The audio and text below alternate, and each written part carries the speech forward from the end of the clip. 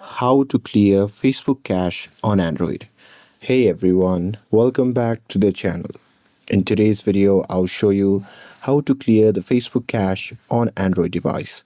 So now without further ado, let's get started. So here, first thing first, open the settings app on your phone.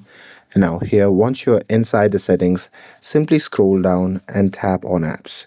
Now here on the next page, just tap on manage apps, and after that on the next page you'll see the list of all the apps installed on your device. Now here you just have to tap on the search bar at the top, and there you simply have to type Facebook and search for it. And now here, once you've searched for that, you simply have to tap on Facebook, and after that you'll be prompted to the Facebook app settings. Now here in this section at the bottom right corner, you will see the option labeled as clear data. So simply tap on it, and from the pop-up menu what you can do is just tap on clear cache and confirm it by tapping on OK. And once you do that, this will remove temporary files without deleting your account or app data. And that's it.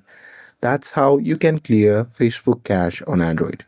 With this, if you found this video helpful, then don't forget to like, share, and subscribe to get updated for more videos. Thanks for watching, and I'll see you in the next video.